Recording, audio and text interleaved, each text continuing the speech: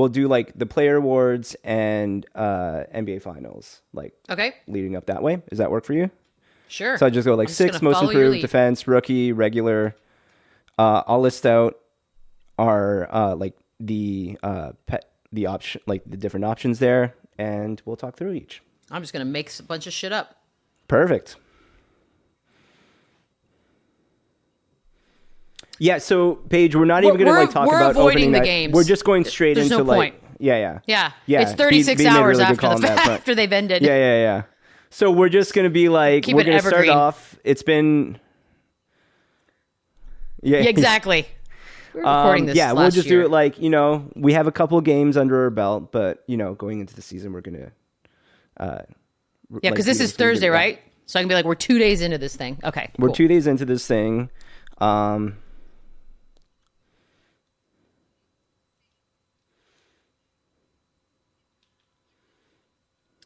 Like what? Like what? Okay, yeah. Draymond got kicked out of the game. It's crazy. Right. He could. Okay, let's make it work. All right. And this is going to be a 30-minute show. I can feel it. Can you feel it? This one's going to be 24 minutes, I think. 20. Wow. Which is fine. We've given them so many hour-longs that I feel like we're due a 7-minute episode. Okay. All right. Are we ready? So off the top, it's just you and me. Okay. Meg's coming in the B block. Okay, perfect. All right. All right. Welcome to our latest episode of What Did I Miss? I'm joined today by Jerome from Canada. And we are going to do... So here's the deal. We're 2 days into the NBA season. So we figured we didn't actually do all of our official predictions. And we basically have to do them now.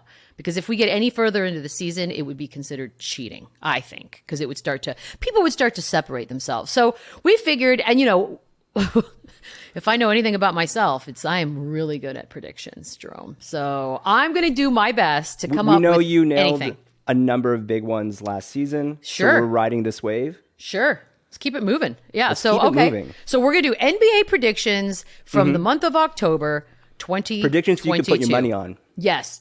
Okay. Yes. So you're going to lead me through it so I can make stuff up? Okay. We're good. Yes, of course. That's exactly the way we're going to do it. Fair enough. This is going to be our most educated podcast by now. Okay. All right. So we're going to do player awards.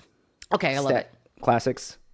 We're going to start off with the NBA Sixth Man of the Year 2022-23. Okay, Sixth Man of the Year. I'm going to throw a couple names at you. Okay.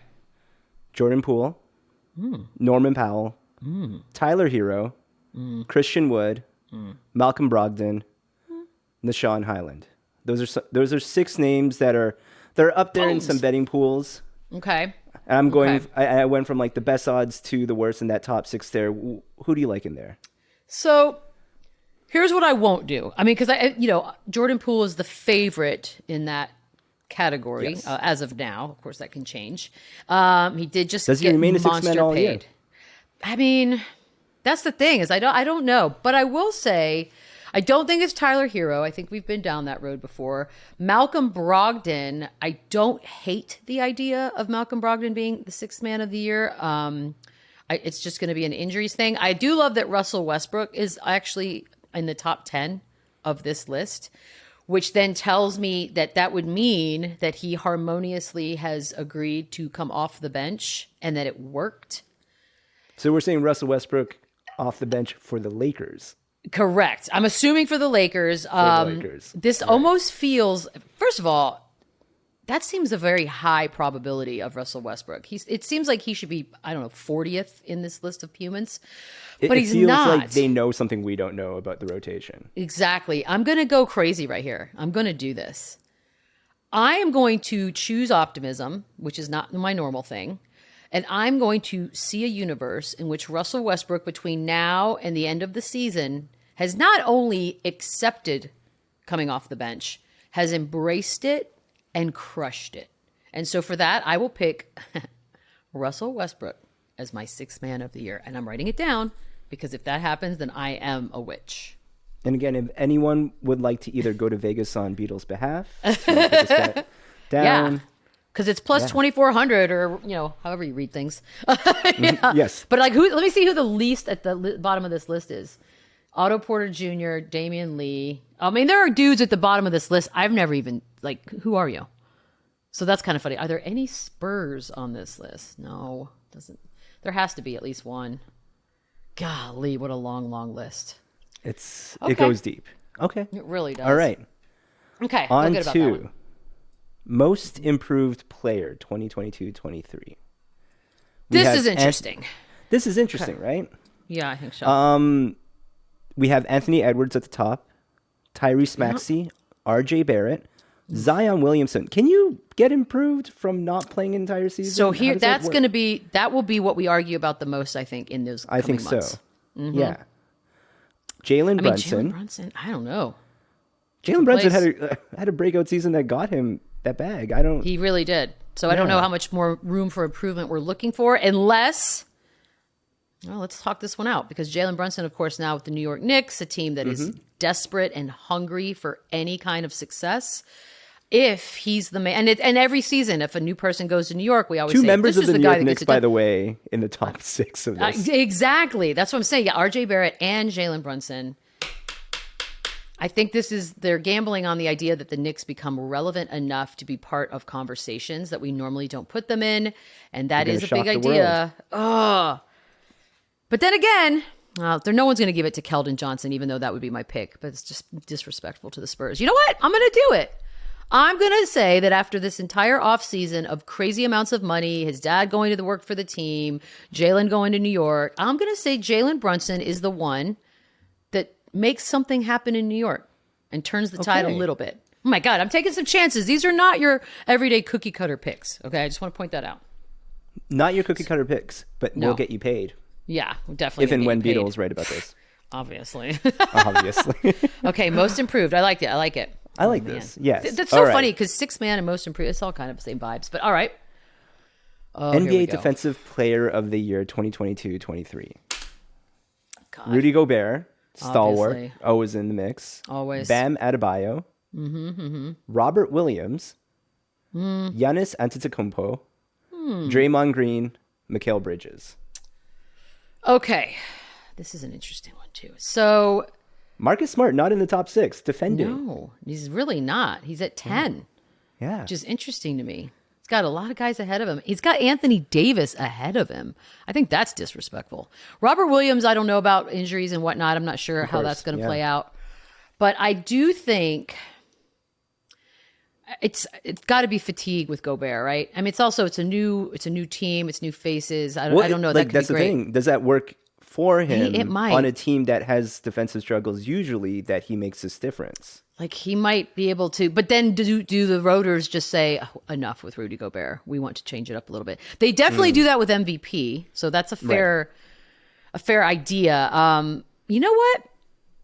I'm gonna go with Giannis on this one. Giannis, okay. Because sometimes, like, what people at home might not understand about my process is that sometimes there's like some actual knowledge and numbers and analysis, and sometimes it's really just a feeling. And when I'm looking at this list, I see a lot of names that could be at the end of this contest. But I feel something about Giannis. I think Giannis is very aware of the pressure on his team, that people are really thinking the Bucks have a real shot at this. He's going to be without Chris Middleton for at least a minute. And then who knows what other injuries they jump into. So I'm going to go Giannis. He's going to pull double shifts, making it all happen. Speaking about your feelings, I remember when Zach Harper last season baffled at your feeling that the Boston Celtics would make the finals. I mean, not only did they make the finals, the team I picked to win won. So it's not that I am a witch, but it's not that I'm a witch. Right. And I think that's what we need to keep track of. Hocus Pocus 3 is just you making NBA picks. It's just me. I could pick anything, really. If you just tell me what you need picked. Paint colors. Okay. So far, I feel really good about my list, even though other people be like, you're on crack. Okay. All right. NBA Rookie of the Year. Okay. I always get uncomfortable with this category. Go on. Right. Paulo Banchero. Jaden Ivey. Sure. Keegan Murray. Benedict Mathurin. Jabari Smith. Jalen Williams. Okay. Where is our spur? 9, 10, 11th. They got Jeremy Sohan at 11th. Possibility. Oh, we got another spur on there. Shoot, they got Malachi Branham on there too. Oh, look at the Spurs. So here, I always feel a little bit weird about picking the rookie of the year because we really have no anything to compete or to compare them to, right? We've got a little bit of preseason and what they came in from college, and that's kind of all we have. So what I'm going to do here is I could just pick Ben Caro and call it a day. He is very much the favorite to take this category. And I could say Jaden Ivey because in my heart, I think that's who is going to win it. But I'm going to change it up a little bit. I'm going to look to Shaden Sharp. And I'm basing it on, listening to interviews with the team, how he's been doing, his talent levels, and again, a feeling. Okay? A feeling. He's plus 3,600 for whatever that means to anybody.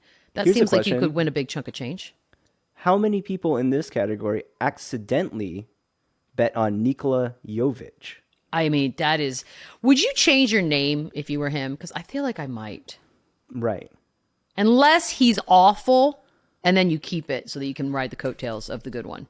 Because it's too close. It's too close. If you're really trying to make it on, like that's definitely a sophomore and further decision to make at that point. Yeah, for sure. To see where you stand in the league. Nikola Jovic. It's going to confuse so many people. But not me. Not you. Not me. Not you. All right, here we go. Killing it. Okay. The big one. This is the one that matters. NBA regular season MVP 2022-23. Now we already have a clip out here of you on record now with Kawhi Leonard. But 100%. Let's run through the list anyway. Yes. Luka Doncic, Joel Embiid, Giannis Antetokounmpo, Nikola Jokic, Kevin Durant, Ja Morant, Jason Tatum, Stephen Curry, Zion Williamson, Kawhi Leonard. Eventually, we get to him at number 10. Yeah. God, and then they have LeBron and Anthony Davis rounding out the top 12. Yeah. Okay. Yes, I am going to say that my pick is Kawhi Leonard. And that, again, it came down to feeling. It came down to the fact that we haven't seen him play in an entire season, that the Clippers are stacked and deep and probably very hungry. I mean, we know Kawhi is definitely going to come out on fire, and hopefully his body cooperates. If anything, I think health is everything there. It's everything. Kawhi is healthy all season. It's going to be a whole different ballgame in the West. I think the state of California basketball situation is going to be interesting. And I know that Luka Doncic is being picked by everybody and their mothers, and he's picked by the Vegas odds. He's picked by talking heads. His usage rates are going to be something we're going to talk about all season long. I don't know how good his team will end up being in the end, so it might be another one of those conversations as the season winds down where we're like, well, the team didn't do this and this and this, but he did. And we've had those conversations with players before. No chance Jokic gets it 3 times in a row, even if he does deserve it. Again, voter fatigue. For me, a surprise upset. We all know Joel Embiid as the second favorite wants it because he made no secret about that last year, and I respect that a superstar of the game is acknowledging that an award is important to him. But an upset that would be a fun one for me would be Ja Morant. I think so. Yeah. I think that would be my second pick for something fun to happen. Selfishly because I love watching him play. I think the Grizzlies are going to be a fun squad all season long, and he's must-see TV. Like he's one of the few players I'd pay. The Ja Morant one, especially if there's a big jump, it does remind me a little bit of the Derrick Rose MVP. But we wanted to stop there. There's similarities. Completely. Yes. Okay. Yes, okay. Of course. But just in the sense that, like exciting young team, probably one of the most explosive players in the league that season. Yep. Yep. Guys, so take $500 of your hard-earned money, put it down on everything we just gave you, and let us know when you win $50,000 or whatever. I mean, look, the Toronto Raptors in 2019 bet on Kawhi Leonard, and look how it worked out for them. Yeah, you knew what you were getting into. You knew you were renting him for a year, and it worked out. Chef's kiss. Rent this MVP pick this season. And they're not even renting him in LA. He's there. He's there. So look out, Western Conference. Okay, I feel good. I actually feel good about that. Now I have to figure out how to put money on it myself. Taking a quick break. When we come back, I don't know what we're doing, and that is the tease. Welcome back to the second segment. Oh, Jesus. I can't get over how loud that is. Speaking and testing. 1, 2, 3, 4, 5. 6. Okay, cool.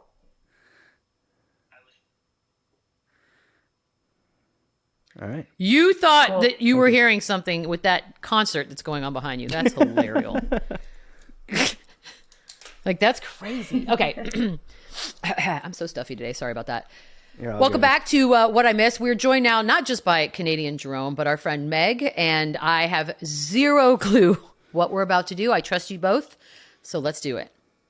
Well, we're really going to continue on the NBA conversation, but very much in the context of what our What Did I Miss group chat has been diving into. Oh, no. Okay. In particular, one just special salad dressing that we have talked through. I mean, Beadle, before we even dive into it, would you like to share, while you have this platform right now, any of your thoughts as to everything you have covered over the last, I don't even know, 12 hours at this point? Sudeikis wild dressing. That's okay. Yep. Okay, for those of you who are not familiar, we have touched on this. Meg has done a fantastic job before of updating us on the Harry Styles Olivia Wilde love story. Its origins, its results, and sort of what it's done to a few other people. Now we're getting some real good details about what this has done to Jason Sudeikis, her former partner, and father to her 2 children. Yesterday, the story broke. The nanny, or sometime this week, the nanny has now come out because allegedly has been treated like crap by both Sudeikis and Wilde, and collateral damage, really, of what is turning out to be a very ugly public breakup. And in this story, among such gems as sort of drunkenly finding Sudeikis, him showing up at all hours, knocking on doors, ringing doorbells, whatever, the piece de resistance came in the form of Sudeikis. And if you don't know who that is, it's Ted Lasso. And if that helps put a weird image on this, you're welcome. He discovers that Olivia is on her way to go see Harry and have dinner, and she's making her famous secret salad dressing, which sounds so perverted, but I don't even think it is, but it sounds like it is. And he loses it, and as a result, goes and lies down underneath or below her car so that she can't leave the house. Do I have that correct? You have almost every detail. Yeah. Actually. What I don't have is what in the hell is this dressing and where do I try some? So I've actually deep dove. I don't even know if Jerome knows what this is. I have no idea. See, this is why we break Meg onto the show. In 2020, Olivia Wilde was on the Food Network making this recipe, which just turns out to be nothing more than a very basic vinaigrette. Shut your mouth. That's literally it. If people are assuming it's the same recipe she showed already on the Food Network. It's got to be. Which is what I'm assuming it is, because it's got to be the case. How many dressings does one have? I mean, one could tinker over the course of an entire pandemic. So that's where. But who goes on the Food Network and their big contribution is, hey, look at my basic ass vinaigrette. Okay. Oh, yeah. So is this the dressing that gets her dudes? Like, is this her secret weapon? It feels like it's a closer move. Yeah. I'd like to know more about this. It is a okay. It's a love potion. It's a potion. Harry Styles. Okay, he's got to be done by now. Got to be done. So what does this have to do with basketball? Yeah. How do we get back to basketball? Do we? Oh, wow, that's a young one too. Whew, Yep. Okay, it's a young Harry Styles. we now have Harry looking over this block and podcast, which can only bless it. What does this have to do with basketball? So when we think about something like a special salad dressing, one that would make you like lie under a car and like not want and be run over, just like lose it completely, that it can never leave your home. I think about like most valuable player, like just top level talent that like belongs to a team. And when I think about, I don't know, 5 key ingredients to a salad, including this dressing, ending on like the special dressing, I think what we just developed is the Michelle Beadle What Did I Miss All NBA Team Salad Edition. Oh my God. For the whole year? Okay. For the whole year. Okay. Okay. Now, Meg is not just on to share all the pop culture references and give us all the deep knowledge and really just do the deep research that we didn't expect of understanding where this dressing even came from. Didn't even know about it. She's going to provide us with her salad ingredients, of which you're going to compare with your all NBA team. Now remember, Okay. your final pick is going to be the special dressing. So, save a pick if you need to do so. Oh God. Okay. We're building a team. This is your all NBA perfect salad. Okay. So the main meat in a salad is greens. Something that's boring, dependable, fibrous in every bite. Something you need to have for it to count as a salad. But It's your when you're getting it foundational piece. done. It's old reliable here. Who do we have? Oh God. Okay. I don't mean to call this gentleman boring, but he's in the sense that he is without drama. He is not a prima donna. He is a kid who, by all accounts, loving life, considers himself very fortunate, family dude, just happy to be here, but also damn good. And so for my greens, I'm going with, and he wears a green uniform. Bonus. Giannis Antetokounmpo. Not boring, just not drama. And sometimes that'll work. Does everything for you. Okay. I like it. Okay. We're off to a great right. start. With Giannis as our first pick, and we haven't even hit our special salad dressing. I know. Okay. Okay. Okay, next we have, obviously, the croutons, the carbs. Something Oh, I do love exciting, croutons. crunchy, versatile. Something just kind of you want in every bite, but you can't have too much of. Is this a wing player? Is this a power forward? Is this a hot You shooting? can't have like- too much. I think on that one, God, that could have been him too. See, I can't make it Steph and I can't make, well, An alternate way, is this someone that you want in the crunch? I was going to say, I think what I'm going to do here is I've mentioned the fact that they're going to use this man a lot. They don't really have a choice, but he's great. And he probably will win the MVP if Kawhi doesn't. But I also would argue that I think all of the play and the fact that he wants to play in every game, it's going to hurt him in the end. It's like you don't want that many croutons or else it just takes over. I'm going to go Luka Doncic as my croutons. Interesting. Yep. All right, next we have, I call this salad accessories only because it's such a broad range of things. Example, eggs, Cobb salad, chopped up nuts, different vegetables. True. What do you want for an unexpected, fun, unique twist to your This salad? is like the extra layer on the salad, the things that add to the experience to give the extra flavor to it. And I need a center. I mean, if we're doing this, right? I need a center. You can live in positionless basketball if you like. Well, I was going to, I could still technically, but I want to put this guy in there because I genuinely am a fan. Sometimes the part of the salad that I look forward to the most is the part that no one's expecting. I think people would expect this guy, but I also think he's seen himself in competition with a certain gentleman from Denver Nuggets year in, year out that he keeps coming in second to. And this will be the year that he does not. This is Joel Embiid's time to shine. He is my extra fun. And now I'll probably go positionless. Okay. Okay. For our fourth thing, we have what cheese would you add to this salad? Ooh. You can do feta, you can do Parmesan. There's so many options for something like this. Something kind of unexpected, but different. There's so many. Well, I don't know how unexpected this will be, but I don't often put cheese on my salads. A lot of times I try to, as much as I love cheese, my body doesn't always love cheese. And so sometimes I say no cheese para mí. And in that regard, this gentleman has been missed because we have not seen him on a basketball court in an entire season. But when he is present, he is arguably the best part of any salad he's been on. Kawhi Leonard is my fourth spot. He's my cheese. Kawhi is my cheese. Man, my relationship with Kawhi Leonard has really come a long way. I'm very proud of it. It's been a roller coaster, but much like your relationship with cheese and dairy products. Exactly. Sometimes I love cheese and sometimes I just damn hate cheese. Today I love cheese. Okay. All right. Okay. Last but not least. Uh-oh. Oh. Why did Paige just come in here? What is wrong with her? I think. Cheese did Okay, break I need your you foot. to go away right Now, I know that cheese broke my foot, guys, okay? But Voice that was of God me. producer Paige checking in from a local Starbucks. It's crazy to me that cheese did break my foot, and I still love cheese.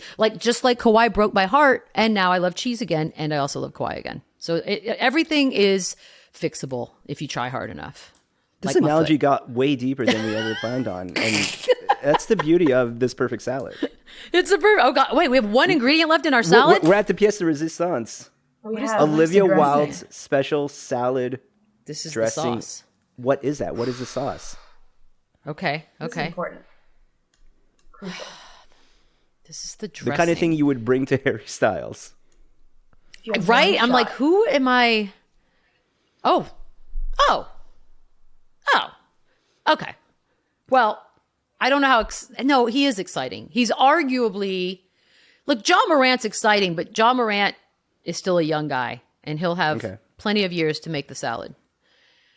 But this guy, while still relatively young, is definitely a veteran of the game. He's got a lot of miles on him, and he is a staple of this league. He's exciting, dare I say spicy, and delicious. Now it sounds weird, but I'm sticking with it. It's Stephen Curry. Without Stephen Curry, what are we even talking about? What is this league of the basketball without Stephen Curry? So for me, he is the dressing. He is vital because honestly, without dressing, salad is kind of gross. Two revolutionary things: this salad dressing and Stephen Curry. I think it's the perfect pick. Right? I think he's perfect. I hope he knows that he is the dressing to our NBA. I think he would be honored. If everyone, when we do post this podcast, if you could just add Stephen Curry, if you could special add message Curry. from What Did I Miss? You're the dressing to my salad. He's like, oh, these people are insane. Okay. Well, I feel pretty. Oh, wait, hold on. I gotta make sure I wrote down. So I have Giannis, Luka, Joel, Kawhi, and Steph. Honestly, that's a great team. I'd watch that team. Solid. That's a great team. That's a great salad. I pay a lot of money to watch that salad. Okay. All right. Wait, do I have any more?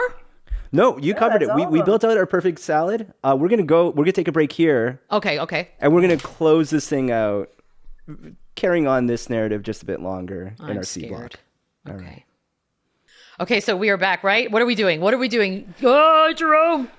Okay. Well, I mean, obviously, we know you broke down the story perfectly for us. One element of the story is the Olivia Wilde special salad dressing. The other element here is the real damage and trauma it caused that forced Jason Sudeikis to lie under a car to keep Olivia from driving to Harry Styles. So, as we are a few Can't days keep into anyone from Harry Styles. You just Completely. can't. It's a gravitational pull. completely, if we can refer to the back of Meg's. Thank you. That's creepy, but yes. So this is probably more for fans in general. We've talked about the season. We've built out our perfect salad. We've given you bets. It's going to be a long season ahead. We're only a few games in, but fandoms are really going to go through it throughout. Oh God, yeah. So what I would like for you to do is pick the fandom that would most lie under the team bus going through this season. Okay. Ooh. So what I find fascinating about this season and most exciting, and I'm not the first person to say this and I won't be the last, but the parody that we are being presented in this season particularly, I don't remember a season starting with this much possibility and mystery. There are really a lot of teams that have a shot at doing something great, besides just the norms. That being said, there are always some fan bases that are a little hungrier than others and that feel like they've been scorned. And the Knicks would definitely be a fan base that I would qualify as that, but I don't think that they are part of this conversation of potential champions. Not yet, maybe not ever, I don't know. I still believe that as long as James Dolan's in charge, they got no shot because they're jinxed. But anywho, that's neither here nor there. I'm going to go with a team, because Golden State's won, the reigning champs. Milwaukee's won, fine. Clippers, no, but Clippers, that is a fan base too that would lie under their cars. But I think that they might be willing to be a little more flexible because they didn't have Kawhi for an entire season. But then again, my good friend Marcellus Wiley expects them to win every year, even if that is delusional. So I'm going to go with a team that made some decent moves, that's got two, and some people say the best 1-2 combo in the game, and a fan base that is known to be rowdy, loud, vulgar at times, and sometimes really just obnoxious. I present to you my Jason Sudeikis Lie Under the Car Award goes to the inaugural pick of your Philadelphia 76ers. I think that's a great pick. I think that's what we're kind of headed. Like, can you believe Joel Embiid has never made an Eastern Conference final?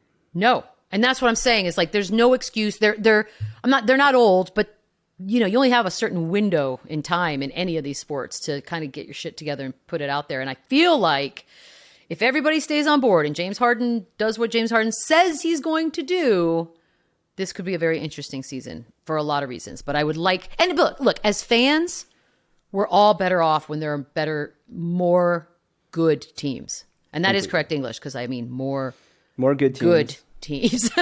Gooder than the rest. Gooder than more teams. Yes. Yeah. So I think that's going to be I think that fan base is like, they've been told to trust the process for seemingly 412 years, and the process is here. So let's see what happens. I feel good about that. And if it doesn't pan out, they may need to hold the car in place to keep some people around. Who in their right mind lies underneath a car? I'm assuming it was an SUV. This vinaigrette, by the way, the more we say it, the more it just sounds gross and sexual. Like, there is no dressing, is there? This is some sex thing. I don't want to know about it. I'll send you guys a picture of it's not a cute vinaigrette either. I'll send it to you guys. What do you mean cute vinaigrette? Meg, oh my God. You want to espouse a little bit on what a cute vinaigrette? Like the color's not good? No, is it I don't want to. Okay. I don't want to elaborate. Okay. It's like poop brown. I bet it's poop brown. If you know, you know. That. If you know, you know. Guys, I think we nailed it. I don't know what the award for best podcast of all time is called, but go ahead and make some space on your mantles. It's easily the best NBA coverage you can have. It's better than most I've heard. Thank you. As a reminder, voicemails, texts, 631-397-0403. Jerome, Meg, I thank you as always. I know Paige is listening from a loud-ass coffee shop somewhere in America. Thanks for kind of being here. We'll see you guys next time.